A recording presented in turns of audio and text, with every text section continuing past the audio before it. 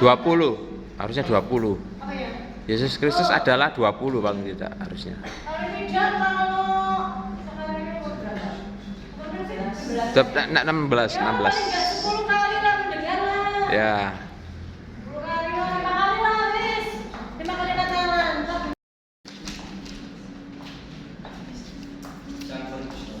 Berdosa, selamat, oke. Ada lagunya itu. Sahabat. Sahabat. Raja. Salah bener ya, Yesus. Sahabatku. Apa tadi? Ada yang raja dunia. Dunia. Raja surga enggak ya? Dunia. Oke. Ya, raja dunia.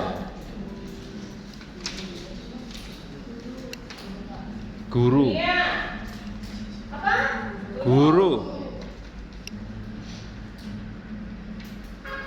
Ayo, dua lagi. Wake itu pol. Penolong. Ya wes lah, makasih.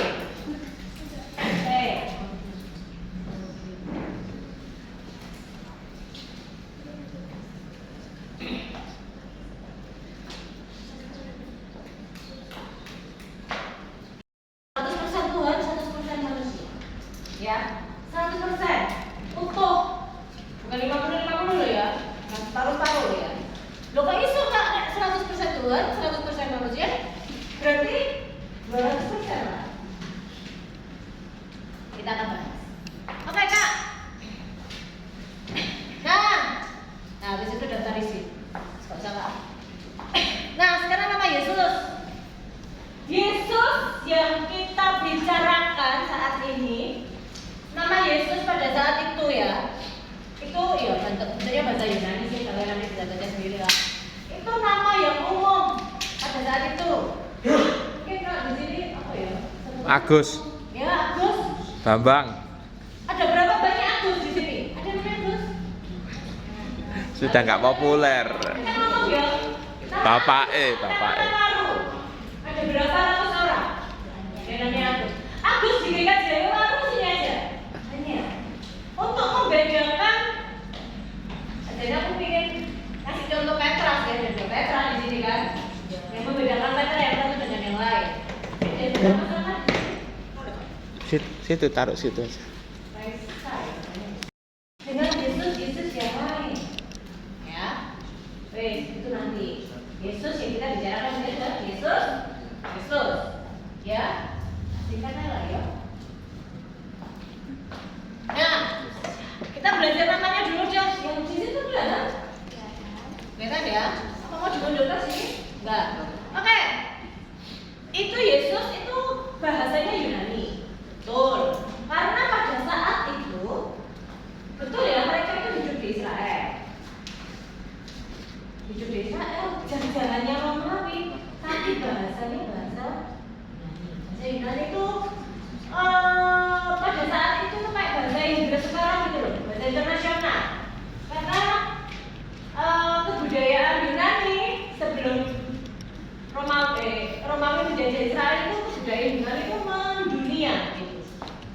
Banyak menguasai wilayah-wilayah di dunia, dan disitulah kebudayaannya termasuk bahasanya akhirnya menyebar dan menjadi bahasa internasional, jadi benua kakak. Oke, Yesus itu bentuk bahasa Yunani. Nah, bentuk Ibraninya yang sama, kalau kalian tahu Yosua, nah itu. Terus bahasa dicatat itu sekedar kalian tahu, gak tak takut kalau anak tes, hanya tahu saja. Nah, artinya di Matius 1 ayat 21. Buka. Ayo buka.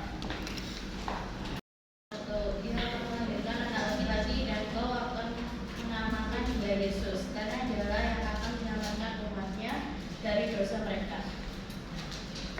Kira-kira artinya apa? Nah, wes, sama ya. Nah, ini tafsiran, jadi bukan tafsiran ya apa ya? Studi yang dilakukan oleh para ahli teologi tentang arti nama Yesus itu. Mereka melakukan studi, saya ambil dari bahasa Ibrani. Bisa jadi kata Joshua, Joshua, ada studi lain yang mengatakan Hosea, itu dari dua kata Jeho yaitu Jehovah. Dan 2 minggu lalu kita belajar ya, yang tidak bisa disebutkan namanya itu YHWH, bahkan kalau dibaca bisa Yehwa, Yahweh, di Inggris kan bisa Jehovah, dan Shua, artinya membantu, Allah membantu. 1 ayat 21 tadi apa? Dia tadi yang kita baca, kalau menamakan dia Yesus, kurang lebih ya, Allah menyelamatkan, Allah Tuhan membantu. Ini tafsiran arti nama. Sekedar kalian tahu. Dan kalau berubah amat gitu loh jadi anak Kristen. Oke, next. Nah, sekarang nama Kristus yang membedakan Yesus yang satu ini dengan Yesus yang lain. Nah, Kristus sejatinya kalau Yesus tadi itu nama diri. Benar ya? Agus, Bambang, Juan, Herbert, Jovan, Inan, Angel, Angel, dan lain-lainnya, Mayumina.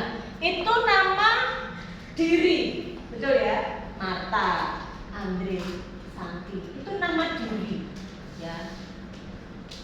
Nah, Kristus ini nama jabatan, presiden, raja, ya benar ya? Raja Charles, Pangeran Diponegoro, Presiden Prabowo, Pak Agathon, ya kan?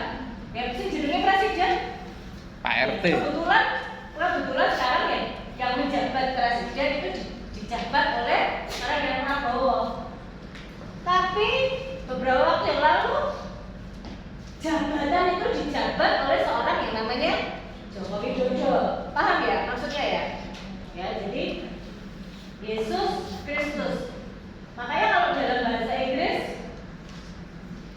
beberapa Jesus the Christ ada awalan artikel the di awal sebelum Christ. Jadi Yesus Sang Kristus.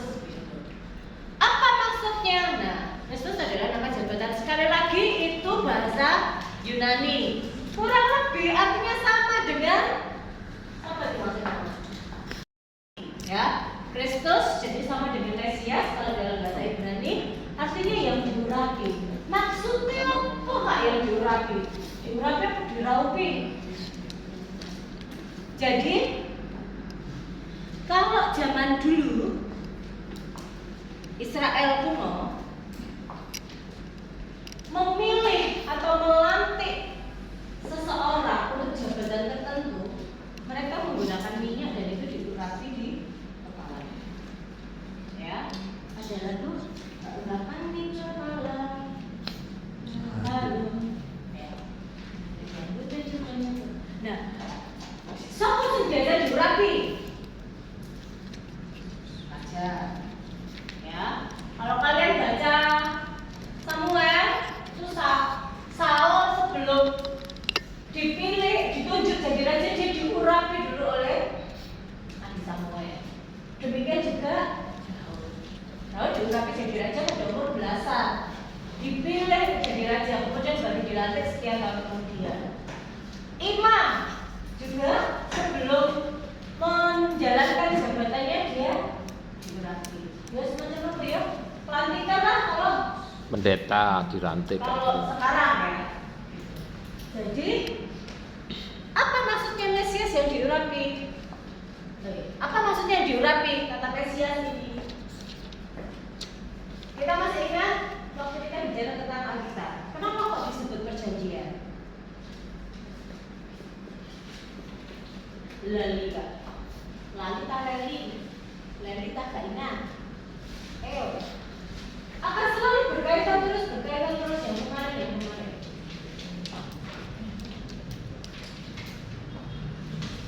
Kenapa kok disebut perjanjian? Siapa sih mengajarkan perjanjian?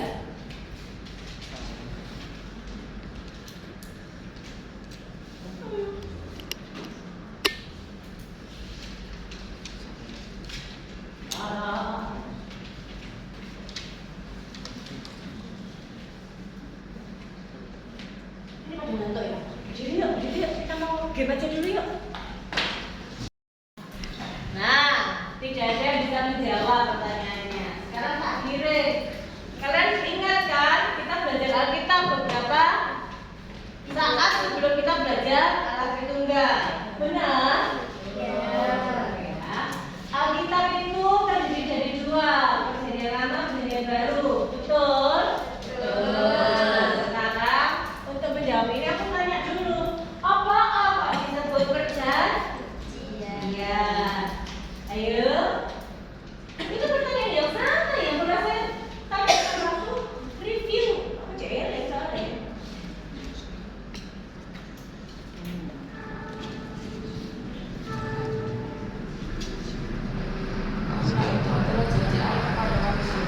Janji Allah kepada manusia. Allah berjanji apa ya kepada manusia? Apa yang dijanjikan Allah kepada manusia? Memberikan keselamatan. Memberikan Keselamatan. melalui Yesus Kristus. nah, Mesias yang dijanjikan itu ya.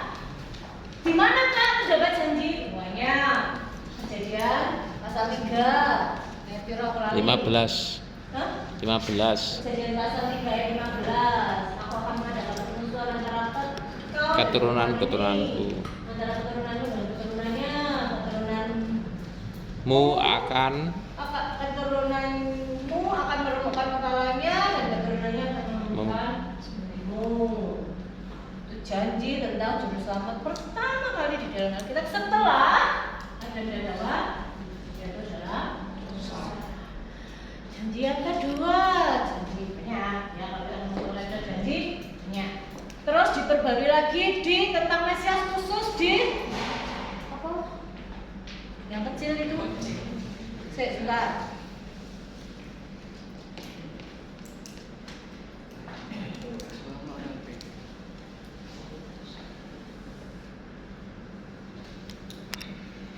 Mesias. Wes, itu ya. Seorang yang akan membebaskan kamu.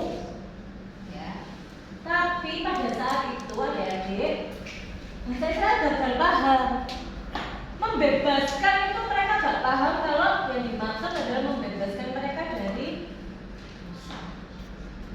Kenapa? Karena pada saat itu sejarah bangsa Israel kalian ngerti ya? Pisah jadi dua kerajaan, terus dibuang ke Babel, satu dibuang ke Asyur. Enggak kayaknya kakak. Enggak. Enggak ngerti. Lalu kan ini sengaja pulang dari Babel, mereka intinya tidak jadi bangsa yang merdeka. Di bawah penjajahan Persia, kemudian di bawah tadi apa? Di bawah penjajahan Yunani, ada pemberontakan A, B, C, D, sampai akhirnya kemudian pada zaman Yesus mereka dikuasai oleh Romawi.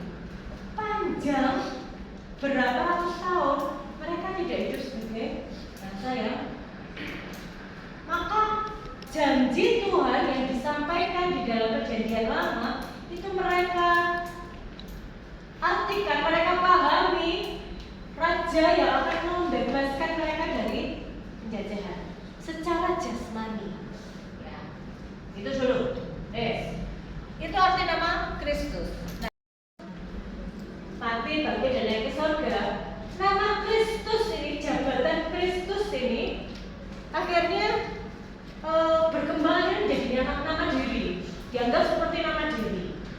Ya Yesus Kristus, gitu. Ya.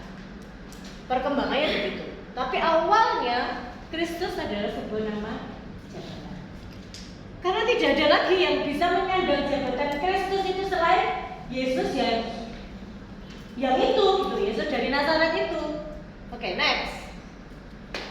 Nah, Yesus juga disebut anak manusia. Enggak ada. Apa? Nah, dasarnya Daniel 7 ayat 13 sampai 14. Buka, dibacakan. Dia kepada seperti anak manusia dan kepada yang lahir usianya itu menjadi dibawa ke depannya lalu diberikan kepadanya kekuasaan dan kemuliaan dan kekuasaan sebagai raja. Maka orang-orang dari segala bangsa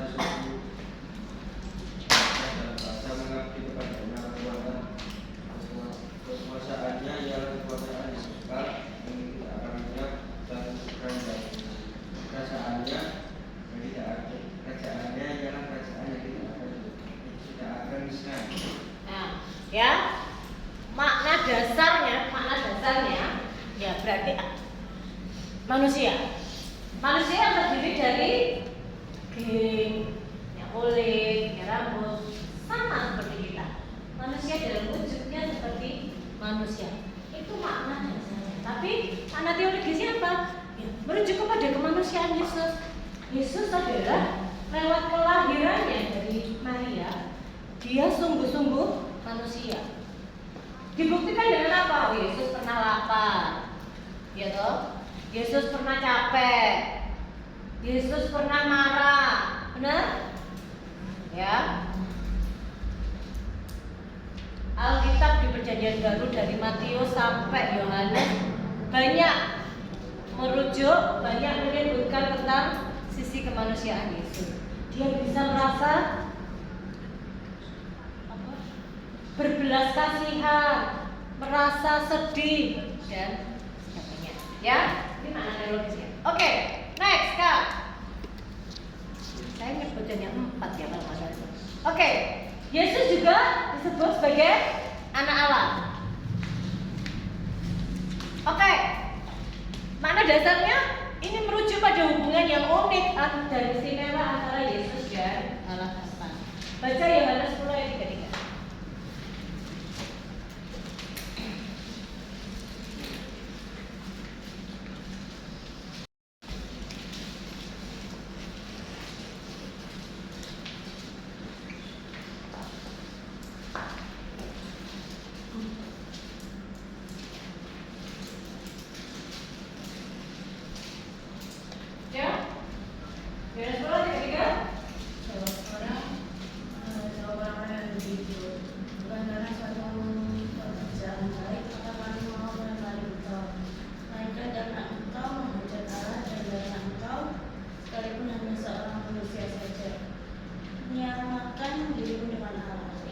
Jadi begini, ini konteks Yahudi ya pada saat itu.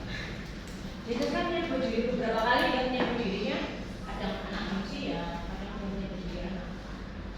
Dalam konteks budaya Yahudi pada saat itu, di mana nama Allah itu diagungkan begitu rupa, betul ya? Sampai ada bunyi dua, jangan menyebut Tuhan nama dengan sembarangan. Nah Yesus itu dengan berani-berani yang mau. Nah, dari situlah konteks saat itu orang-orang Yahudi yang mendengar, kamu ini penghujatan, ini kena pasal penodaan agama. Kamu loh manusia biasa menyebut dirimu anak Allah itu sama dengan kamu menyamakan diri dengan Allah. Jadi itu adalah penghujatan yang luar biasa. Makanya kemudian orang-orang banyak marah dan menyanyikan. Itu konteks budayanya pada saat itu. Nah, makna teologisnya apa? Merujuk kepada keilahian Yesus. Dia bukan hanya utusan, tapi dia betul-betul berasal dari Allah. Bahkan satu esensi dengan Allah. Masih ingat Allah juga? Una, saya sama dengan substansi ya. Una substansi ya. Iki jadi gue ini loh, Rek. Aku nangis aku, ya apa ini? Iya. Una substansia. Satu. Ayo wes. 3 pribadi. 1 hakikat. 1 hakikat. 3. Trinitas. Oh, sih jadi maksudnya anak Allah. Ya bukan berarti anak Allah terus anak, Allah beranak gitu ya. Bedanya sopo? Itu kan. Nah, misalnya kalau misalnya jadi begitu ya, jawab aja dengan biaran. Ada yang kelasnya di lantai 2? Yang saya lah ya. Kalau naik apa?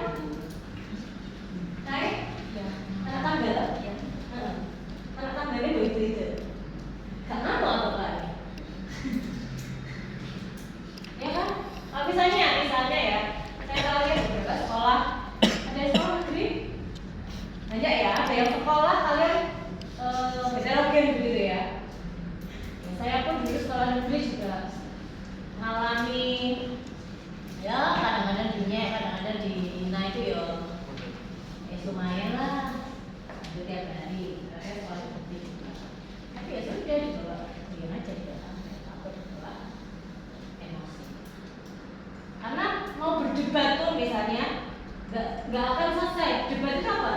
Membuktikan siapa yang benar. Karena apa? Kita masing-masing punya, dan teman-teman yang tidak seiman, masing-masing punya apa ya? Pola pikir yang sudah dibentuk dari awal, dan itu berbeda.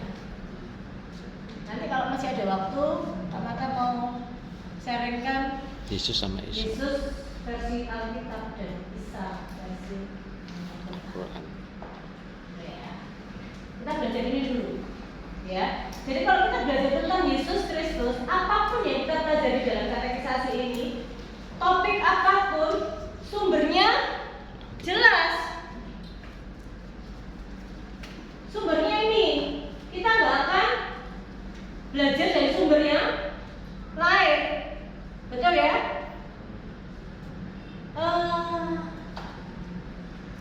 Tentang ini. Nama dulu. Ada berapa sampai di sini? Kalau nggak ngerti lanjut, tambah nggak ngerti kalian. Apa yang kamu? Kalau Kristus itu kan jabatan. Nah, apa Tuhan Yesus itu nggak punya nama lengkap? Kayak Yesus apa gitu. Karena waktu itu Kristus masih dianggap jabatan. Iya, betul. Jadi, terima kasih, pertanyaannya bagus. Biasanya budaya Yahudi ya, kita kan gini, Yesus hidup di lingkungan keluarga yang memegang tradisi Yahudi. Ya. Kalau kita lihat Toledo,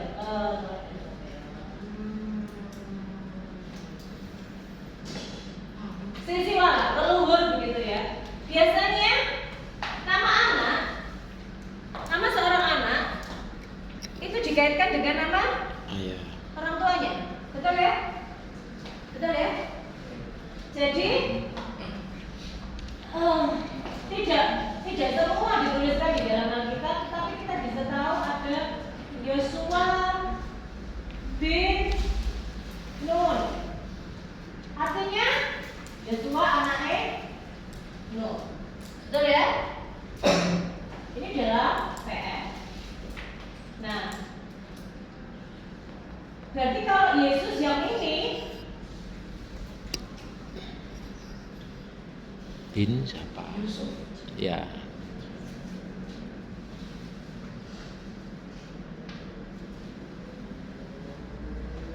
nama Kristus pun itu disematkan. Kalau kalian cermati di Injil itu belum ada. Ya. Injil Yesus. yang ditulis semasa Mat. masa hidupnya Yesus itu antara Matius, Markus, Lukas dan Yohanes. Yesus yang disebut Kristus itu baru muncul di Kisah Para Rasul dan surat-surat Paulus, surat-surat Petrus, dan ada sesudah Yesus naik. Ya, pada zaman itu anak lazim menggunakan nama orang tuanya untuk menyebut si A, malu, Agus, anaknya Pak apa? Pak siapa? Agus anaknya Pak Pak siapa? Susanto. Agus anaknya Pak Hah? Pak Yanto. Nah, gitu ya. Oke ya. Cukup bisa dijawab ya. Ebet. Nanti tak pelajari lagi tentang budaya nama lengkap orang Yahudi. Oke. Lima. Oke. Coba. Apa maksudnya Tuhan di situ? Ya, sebagai nama yang setara dengan Yehova. Kita pernah masih ingat? Adonai. Adonai itu bahasa Ibrani. Padanan katanya bahasa Yunani apa? Ada? Tadi sudah disebut. Pernah. Ayo. Anak bahasa Jawa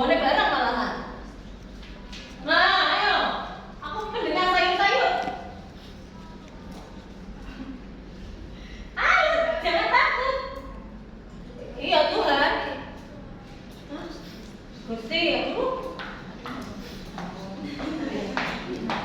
Ya. Tapi waktu Musa, zamannya Musa, hurufnya adanya nggak begini. Masih pakai payung itu. Berani Tuhan. Nah, tetragrammaton ini kalau dibaca hurufnya, saya berani itu kok bahasa Arab. Nulisnya dari kiri, dari kanan ke kiri. Ini huruf. Ini loh kalau kalian pernah dengar begini terus. Tak pernah tahu tak ya? YHWH. Nah, ya. Terus kemudian sekarang turunannya jadi Yehova, Yahweh, Yehuwa kalau dalam bahasa Jawa, gitu ya. Nah, di dalam budaya Yunani, Yahudi, bahasa Ibrani saat itu, nama ini, kata ini, 4 huruf ini dianggap sebagai nama diri Allah. Ya. Tapi nama itu buat mereka itu nama yang sangat suci, tidak boleh disebut karena terlalu suci. Jadi kalau di dalam Alkitab mereka menjumpai kata ini, walaupun saja hurufnya adalah YHWH, mereka menyebutnya dengan nama Adonai. Ya, kalau diartikan dalam bahasa Indonesia berarti Tuhan. Oke, paham ya? Nah, Adonai dalam bahasa Yunani Yahudi, Adonai dalam bahasa Ibrani itu padanannya dalam bahasa Yunani adalah Kurios.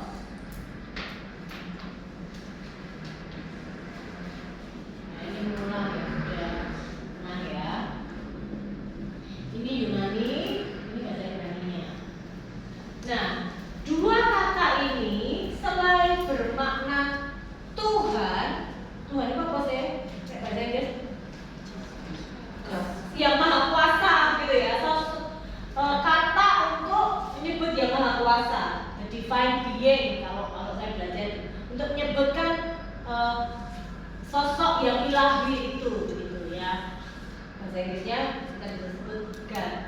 Nah, tetapi dua kata ini juga bisa berarti untuk penghormatan kepada seseorang, orang yang dihormati, tuan. Ya. Jadi satu kata ini bisa berarti dua. Tuhan yang berarti the divine being, sosok yang ilahi, tapi juga bermakna tuan, yang berarti adalah sebutan untuk manusia biasa yang dihormati. Benar ya? Sama, Kurios dan Adonai punya dua makna yang bisa berarti dua kata yang berbeda. Sama-sama konteksnya penghormatan. Bisa diungkapkan hanya dalam satu kosakata. Di dalam bahasa Indonesia kita nggak punya kata yang sama, benar ya? Tuhan dan Tuhan adalah dua kata yang berbeda dalam bahasa Indonesia. Ya, orang lagi loh ya, sampai level gitu. Kok ini mengarut tak tahu mana karo? Kita jangan langsung soal sandal. Nah, kita nggak punya kata itu dalam bahasa Indonesia. Maka seringkali saya pernah ikut, ini adalah lost in translation. Jadi ada kurios itu tak jadi apa? Tuhan, ya kan? Yang sekarang yang suka cari-cari kesalahan kita. Bisa jadi Yesus itu Tuhan, aku manusia itu Tuhan. Buktinya kurios itu bukan Tuhan. Kurios itu udah diartikan Tuhan. Ya karena kurang jauh mainnya. Karena kurios ini bisa punya arti. Bahasa Indonesia tidak punya sandaran itu. Ya. Yang punya bahasa Inggris. Kita punya kata Lord. Benar ya? Lord yang bisa berarti Tuhan, the divine being itu tadi, sosok yang maha kuasa, atau juga kita untuk memanggil orang yang kita hormati dalam artian Tuhan, ya orang biasa yang kita hormati. Bahasa Indonesia punya jabatan itu kata yang sama, Gusti. Benar ya? Gusti itu bisa dipakai untuk memanggil Tuhan yang divine being itu tadi, atau orang yang kita hormati, kita manggil raja, Gusti, di pangeran, di Ponorogo. Pangeran di dalam Alkitab bahasa Jawa itu juga artinya Gusti. juga bisa dua. Untuk menyebut kata Tuhan, menyebut diri Tuhan dan pangeran sosok yang dihormati. Ya, paham ya? Jadi Kurios, Adonai itu bisa berarti Tuhan. Nah, kalau di dalam sini Kurios yang ini, Adonai yang ini artinya adalah Tuhan untuk merujuk nama. Di sini kita bahas sebagai sahabat, sebagai gembala, ya itu apa yang Tuhan Yesus lakukan. Nah sekarang kita bicara apa? Tritunggal, kita balik. Satu natur, tiga pribadi. Kalau Yesus kita oke langsung aja lah. Pribadinya satu, naturnya dulu. Natur Allah, natur ya. Di istilah teologi disebut union hipostatik, dua natur bersatu dalam satu pribadi Yesus tanpa tercampur, tapi juga tidak terpisah. Tidak terpisah. Loh kok iso? Ya iso. Apa kok gak iso? Iso, kenapa? Oh, dia Allah, mau kuasa. Sulit nggak memahami yang poin nomor 2 union hipostatik? Kok iso tidak terpisah? Tapi ya tidak terpisah.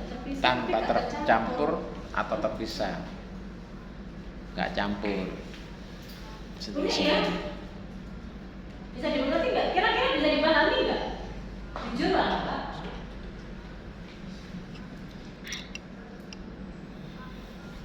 Apa yang nggak campur tapi nggak bisa? Bisa? Tapi nggak campur. Contoh aja kalau nasi sama susunya dipisah, boleh nggak bisa campur? Boleh bisa dicampur kalau dimakan.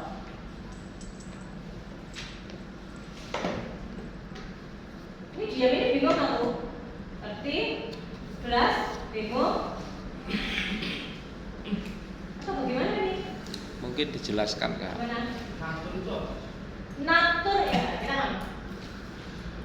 apa mah? Hakikat ya. Hal yang menciri, hal yang Kalau bahasa Indonesia natur itu suasana ya. bukan. Ah, Kita belajar Allah itu tunggal kan? Hakikatnya satu, pribadinya beda. Kalau Yesus kan beda. Pribadinya satu, naturnya dulu. hakikatnya beda. Iya, betul. Jadi lo, hakikat, natur, eksistensi. Ya, keberadaan. Mau diomong Rea. sifat itu ya lebih dari itu. Reali Kalau kalian bingung membayangkan ya apa sih nggak bisa tidak tercampur tapi juga tidak terpisah. Mungkin ini tidak bisa mewakili tapi bisa jadi membantu kita untuk mengerti.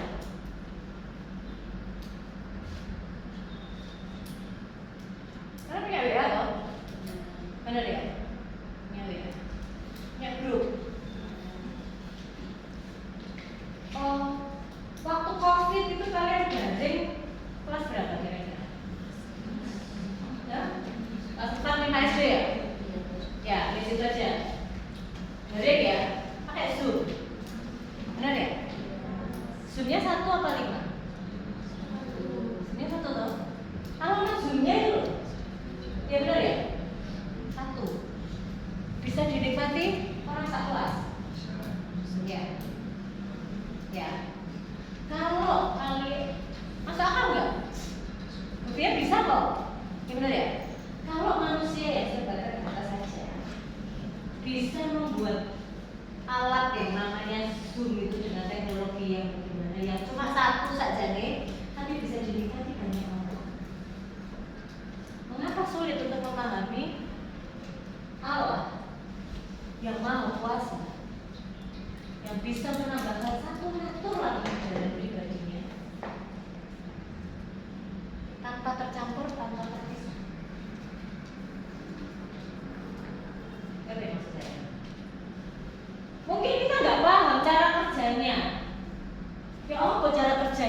satu pribadi naturnya dua, gak campur, gak bisa, kok gak bingung ya?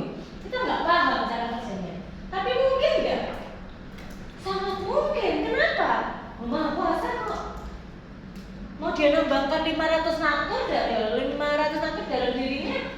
Why not? Sepanjang tidak nabrak, sepanjang tidak saling bertabrakan ya. Maksudnya gini, sifat Allah ya, kita lihat jadi ciri paling utama, maka bahasa saya yang paling kelihatan kalau di dalam ajaran Kristen, Allah itu kasih, benar kan? Allah yang kasih itu, dia juga Allah yang setia, dia juga Allah yang adil. penuh perhatian, dia juga Allah yang penuh kuasa, dia juga Allah yang maha kuat dan lain sebagainya. Itu sifat-sifat Allah. Tapi Allah tidak bisa, Allah yang kasih sekaligus tidak bisa mengasihi. Allah yang adil sekaligus tidak adil, Allah yang adil sekaligus bersebelah, ya bisa kan? Itu bertentangan. Sepanjang itu tidak bertentangan dengan naturnya, dengan sifatnya, Allah bisa menambahkan. Paham ya? Maksudnya, cara kerjanya mungkin kita tidak paham. Saya juga nggak ngerti cara kerjanya. Tetapi itu mungkin, benar nggak? Sesuatu yang kita tidak tahu, bukan berarti tidak mungkin. Sesuatu yang kita tidak bisa lihat, bukan berarti tidak ada. Ya kan? Udah lain di, oh no, bisa kita rasakan. Yesus Kristus, dia kan pada mulanya firman, dari 1 ayat 1, Allah bersama-sama dengan Allah menambahkan satu natur lagi dalam pribadinya sebagai manusia. Jadi Yesus Kristus itu Inkarnasi. 100% Allah, makanya judulku ya 100% manusia, bukan 50-50, enggak. Betul-betul dia utuh sebagai manusia. Buktinya apa? Bisa lapar, bisa haus, bisa marah, bisa sedih, bisa berbelas kasihan. Itu kan natur manusia, sifat-sifat manusia yang ada dalam dirinya. Dan Yesus menampakkan itu. Dia sungguh-sungguh sebagai manusia. Tapi manusia yang ini, dia juga adalah Allah yang punya kuasa. Manusia mana yang bisa meredakan angin ribut? Manusia mana yang bisa menghidupkan orang mati? Manusia mana yang bisa mengubah air jadi anggur dan lain sebagainya? Menebus dosa. Jadi di dalam kemanusiaannya yang biasa ini, Yesus juga adalah Allah. Dia tidak melepaskan natur kealahannya. Kemahakuasaannya tetap ada dalam dirinya.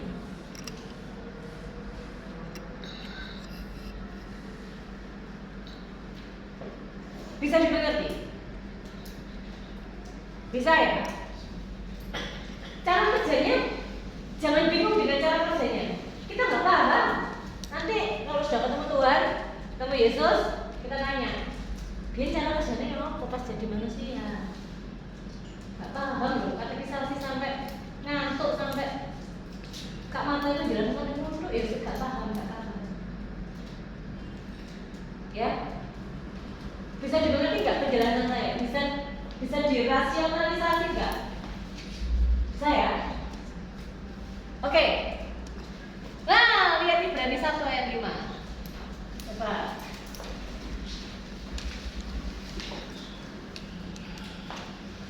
Kita bicara tentang dogma, tentang Allah Tritunggal. Memang salah satu materi yang paling berat.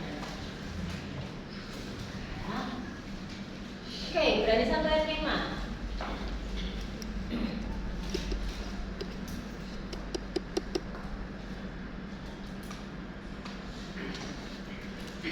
Sudah ketemu?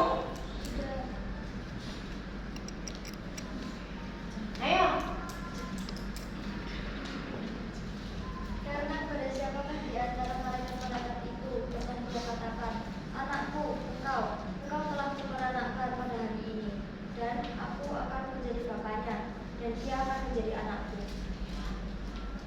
hubungan antara Allah dan Yesus.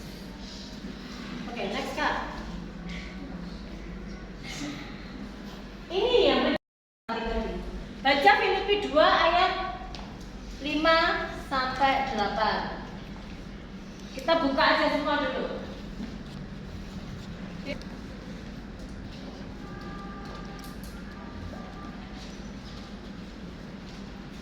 5, 6, 7, 8. Oke. Sudah? Salah seorang baca suaranya yang keras, jelas. Yuk. Tidaklah kamu dalam hidupmu bersama menaruh pikiran dan perasaan yang terdapat juga dalam Kristus Yesus. Stop. Dalam Kristus Yesus. Oke, perhatikan ayat 6 dan seterusnya. Terus? Yang walaupun dalam rupa Allah tidak menganggap Yang walaupun dalam rupa Allah. Terus? tidak menganggap kesetaraan dengan Allah itu sebagai milik yang harus dipertahankan. Tidak menganggap kesetaraan dengan Allah itu sebagai milik yang harus dipertahankan. Tetapi Lanjut. lanjut.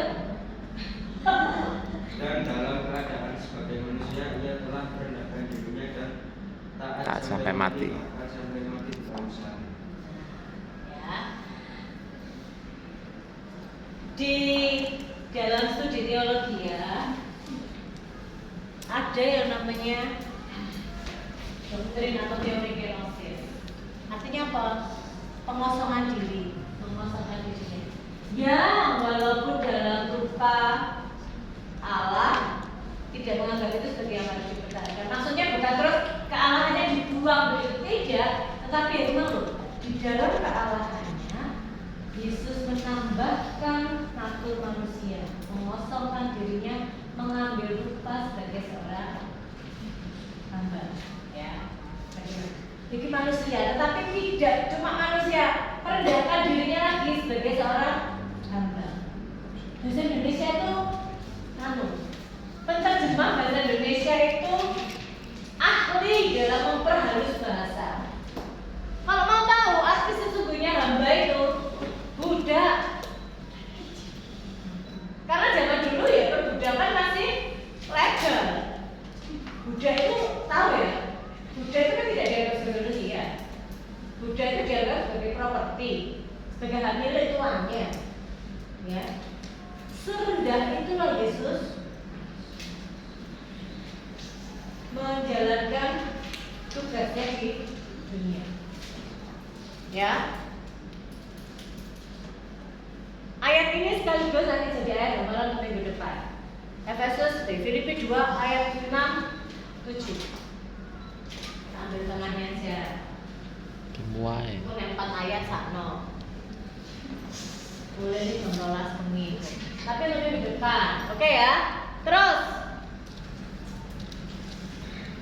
Nah, mengapa kenosis itu penting? Kalian bisa baca sendiri. Menunjukkan kasih dan kerendahan hati Allah. Nah, yang kedua, memungkinkan adanya penebusan. Setelah Yesus Kristus ini, minggu depan kita akan belajar Roh Kudus. Nah, setelah topik Allah Tritunggal ini, kita akan belajar tentang dosa dan keselamatan. Nah, kita akan belajar banyak tentang penebusan. Mengapa sih kok perlu Yesus ada dan mati di kayu salib untuk menebus dosa manusia? Jadi ini perhatikan saya. Gak usah dicatat. Perhatikan kalimat saya dulu. Mengapa Yesus perlu ada? Yesus yang Allah itu kenapa harus turun ke dunia jadi manusia? Terus kenapa dia harus mati di salib kalau tujuannya cuma untuk menebus dosa manusia? Perhatikan. Allah Maha Kuasa. Benar kan? Benar nggak? Benar ya? Amin ya. Semua sepakat. Allah Maha Kuasa. Loh, kalau Allah Maha Kuasa, Allah bisa dong membebaskan manusia, mengampuni manusia dari dosanya tanpa harus Yesus mati di kayu salib. Allah Maha Kuasa. Kira-kira benar nggak pernyataan saya? Allah bisa dong mengampuni manusia yang berdosa tanpa Yesus harus repot-repot mati di kayu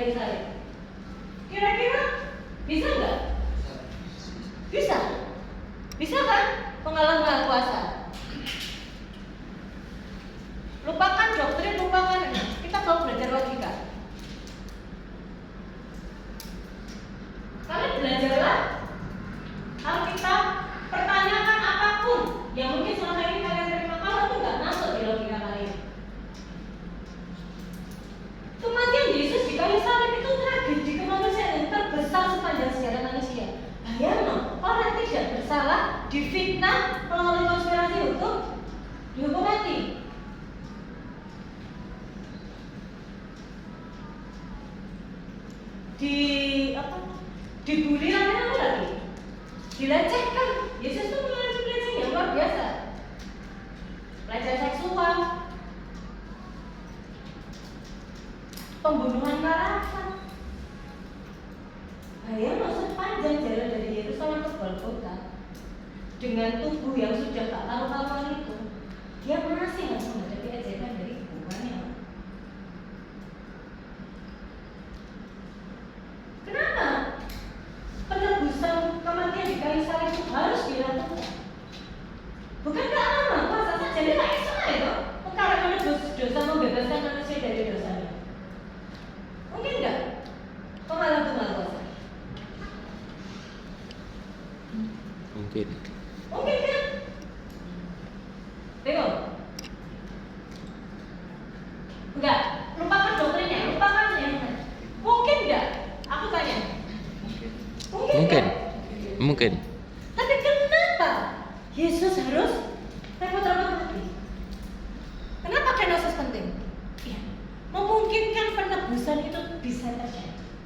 Kita akan belajar itu nanti di dosa dan keselamatan. Tak simpan dulu, tak spill dulu. Kalau kalian mau penasaran dengan jawabannya, coba cari, tanyakan ke orang tua kalian, diskusikan. Selama ini pernah diskusi nggak sih dengan orang tua selama masalah organisasi ini? Gak apa-apa. Nah orang tua aku gak penting, yuk gak apa-apa. Ayo bu, ayo pak, belajar bareng-bareng. Ya. Kekristenan, pelajaran iman itu bukan untuk diterima mentah-mentah kemudian terus kita ngomong imani saja, percaya saja. Nonsense. Untuk anak muda yang sekarang, pertanyakan apapun yang bisa kalian tanyakan.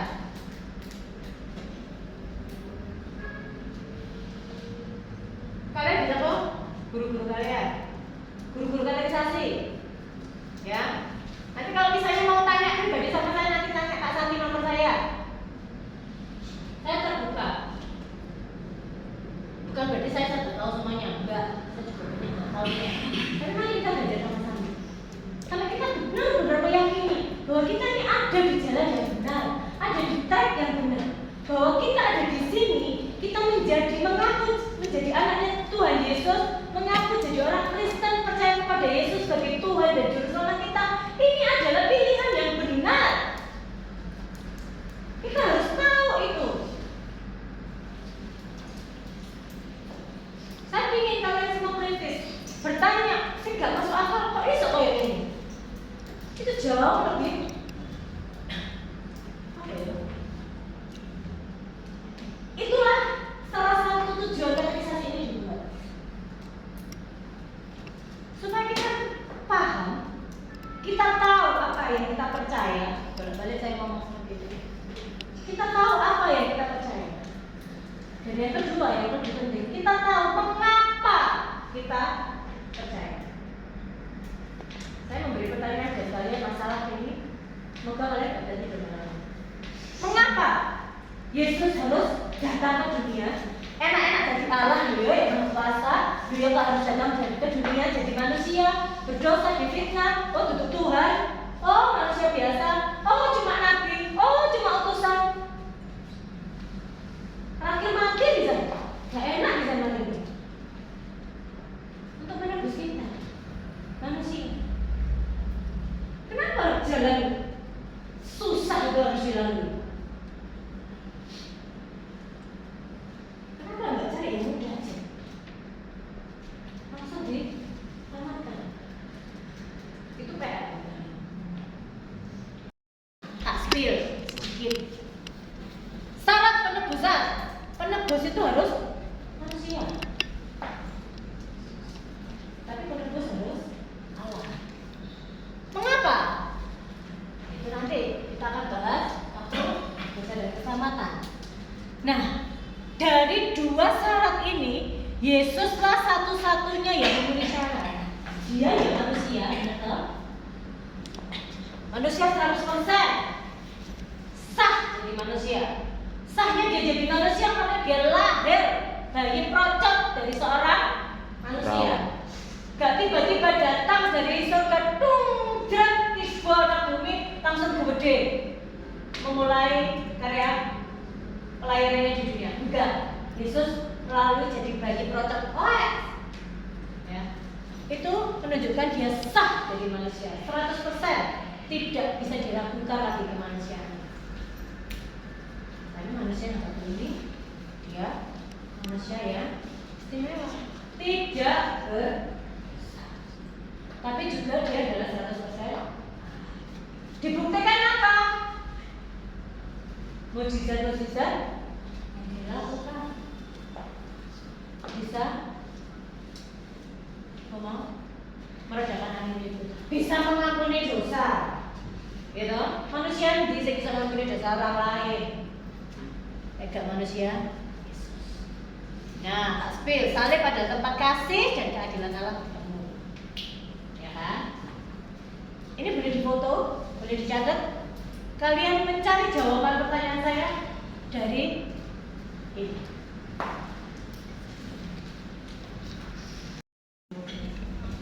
Yesus itu manusia biasa, manusia kok jadi Tuhan. Apa jawaban kalian?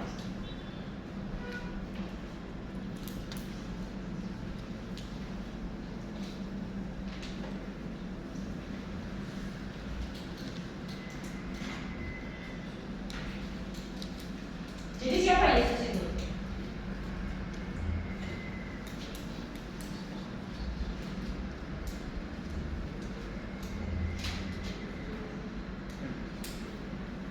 Jam lebih loh, apa mau cek boleh? Jadi siapa Yesus itu? Hah? Tuhan. Balik mana ini?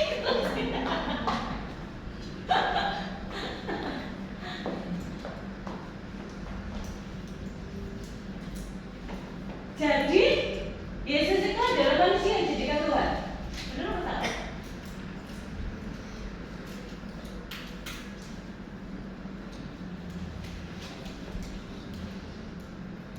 Mungkin nggak sih? Ini. Yesus itu manusia yang dijadikan Tuhan. Benar atau salah? Mungkin nggak? Yesus bisa? Jangan salah atau benar? Mungkin nggak? Hah? Mungkin. Tato. Saya akan jawab begini. Mungkinkah manusia itu jadi Tuhan? Ayo rek mikir rek. Mikir rek. Sudah kelas 1 SMA toh? Sudah kelas kira itu 10 ya. Ayo rek berpikir. Mungkin nggak manusia jadi Tuhan? Juga Nggak mungkin. lah. Kurang ajar nih manusia jadi Tuhan. Yang mungkin Logika, ada Tuhan yang jadi Manusia. Ya, logikanya harus dimainkan. Di sananya sudah Tuhan. Kejadian 1 pasal Kejadian 1 ayat 1. Ya, penciptaan itu. Kenapa? Ayo buka Kejadian 1 pasal 1. Kejadian 1 sampai 3. Pada mulanya adalah firman. Ayo. Arah Allah melayang-layang. Ayo. Ayo Mas, beresin darah Elohim. Ayo cepat. Kejadian 1. Sekeras. Pada mulanya Allah menciptakan langit dan bumi. Terus. Untuk dan roh Allah melayang-layang. Roh Allah melayang-layang di atas permukaan air. Terus. Berfirmanlah Allah. Yohanes 1 ayat 1. Relate juga ayatnya. Ayo. Selalu ada hubungan Kejadian 1 ayat 1 sampai 3. Mulanya adalah firman. Firman itu bersama-sama dengan Allah dan firman itu adalah Pada mulanya adalah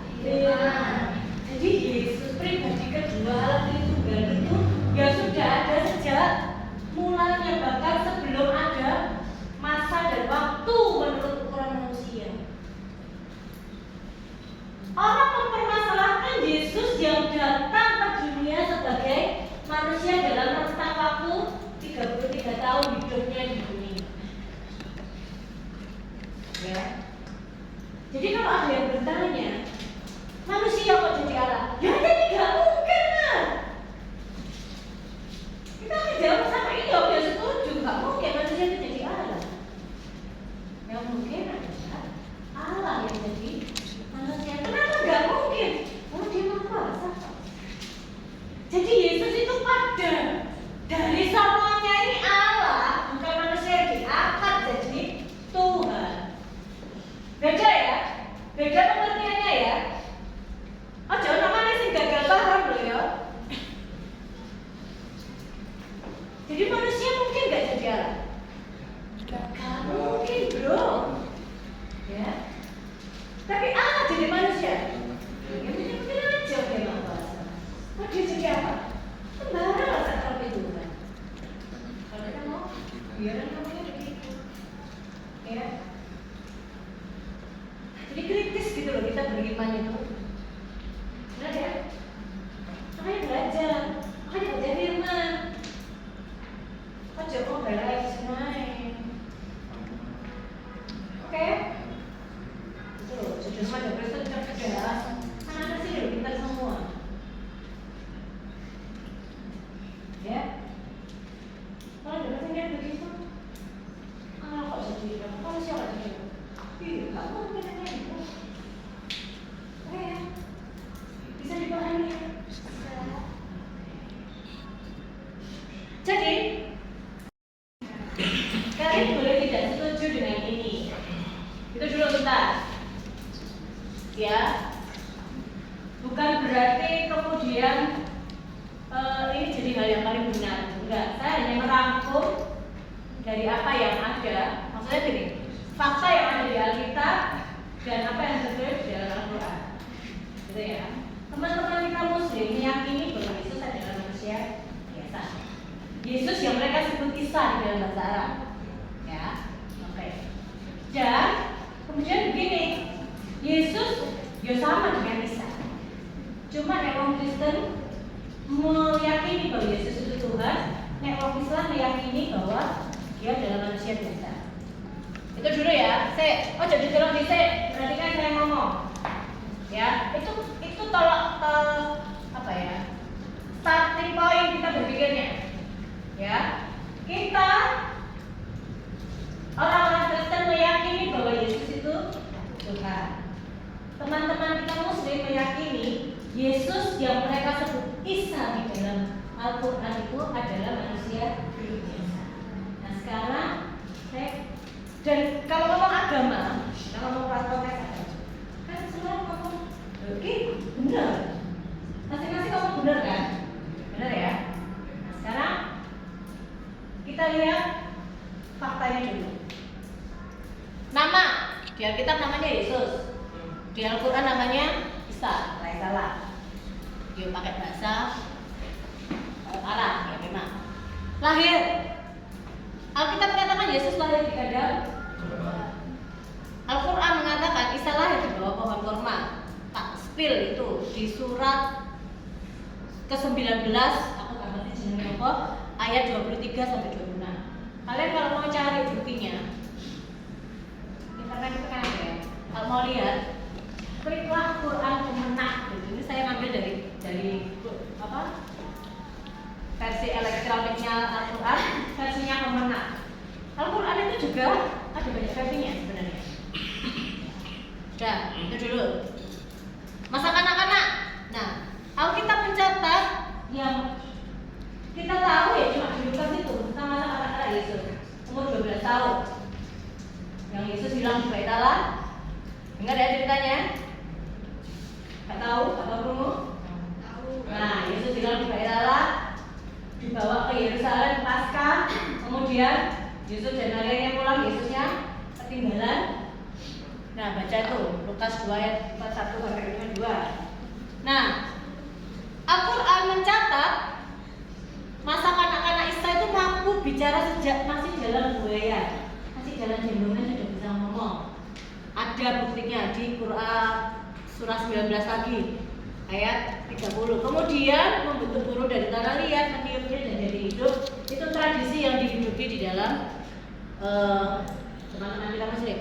Next, mukjizat yang dilakukan kurang lebih sama ya. Yesus mengubah air jadi anggur, menyembuhkan orang sakit, membangkitkan orang mati. Isa di dalam Al-Quran pun melakukan hal yang kurang lebih sama. Next, Andre. Nah, ini yang berbeda. Alkitab mencatat Yesus itu mati di kayu salib. Clear. Matius, Markus, Lukas, Yohanes semua ngomong begitu. Nah, Al-Quran mengatakan Isa itu tidak mati. Yang disalib adalah Yudas. Ini pun mereka masih dalam perdebatan. Jadi yang disalib menggantikan Isa itu sopo. Kita tidak usah pusing tentang itu, ya. Intinya adalah mereka meyakini bahwa Isa itu tidak disalib, tapi langsung diangkat oleh Allah Subhanahu wa Ta'ala, dan yang disalibkan oleh orang-orang Yahudi pada saat itu adalah orang lain yang diserupakan. Next. Nah, karena mati kan, kemudian kita Alkitab clear mengatakan itu. Ya karena Isa di dalam Al-Quran tidak mati, dia tidak bangkit. Next.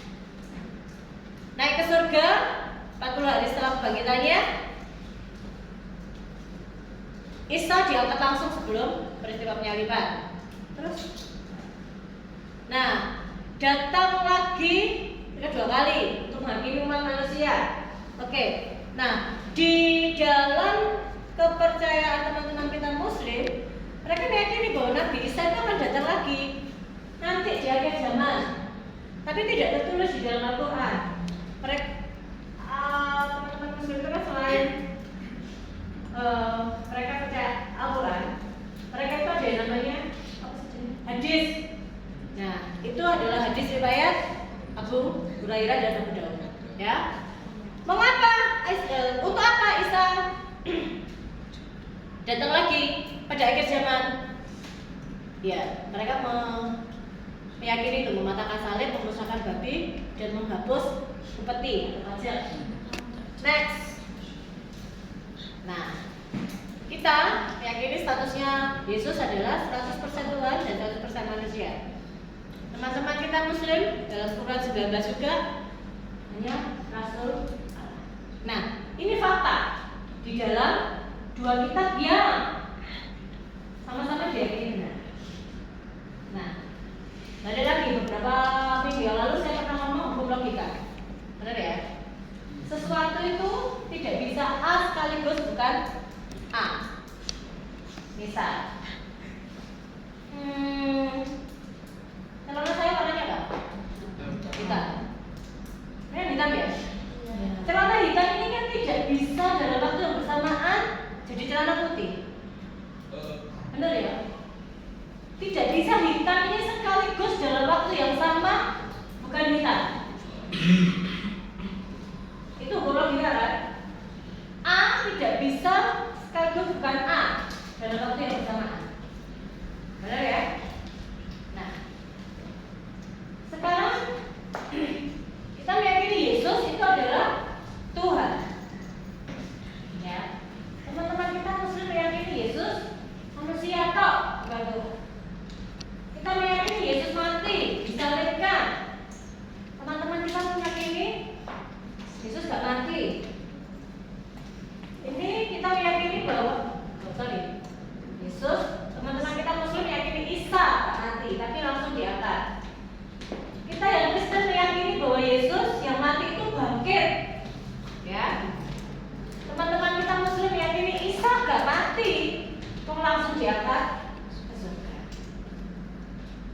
Saling bertolak belakang kan? Benar ya? Maka merujuk pada hukum logika, A tidak bisa menjadi sekaligus bukan A dalam waktu yang bersamaan. Maka saya mengambil kesimpulan ini, kesimpulan saya.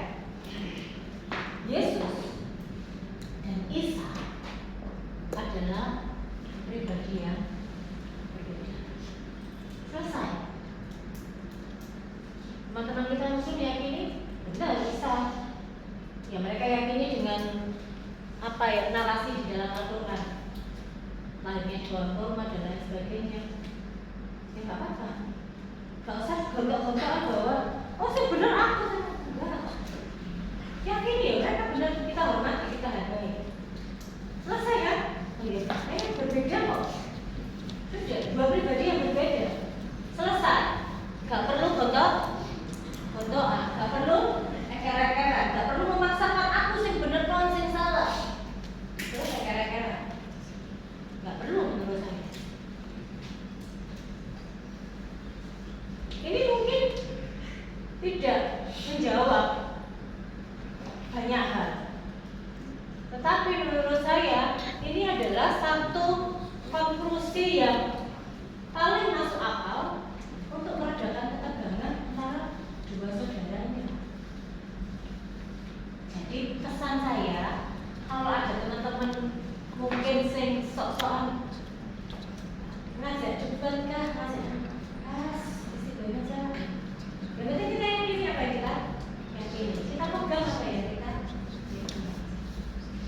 Itu dulu di level kita ya, di level kalian saat ini.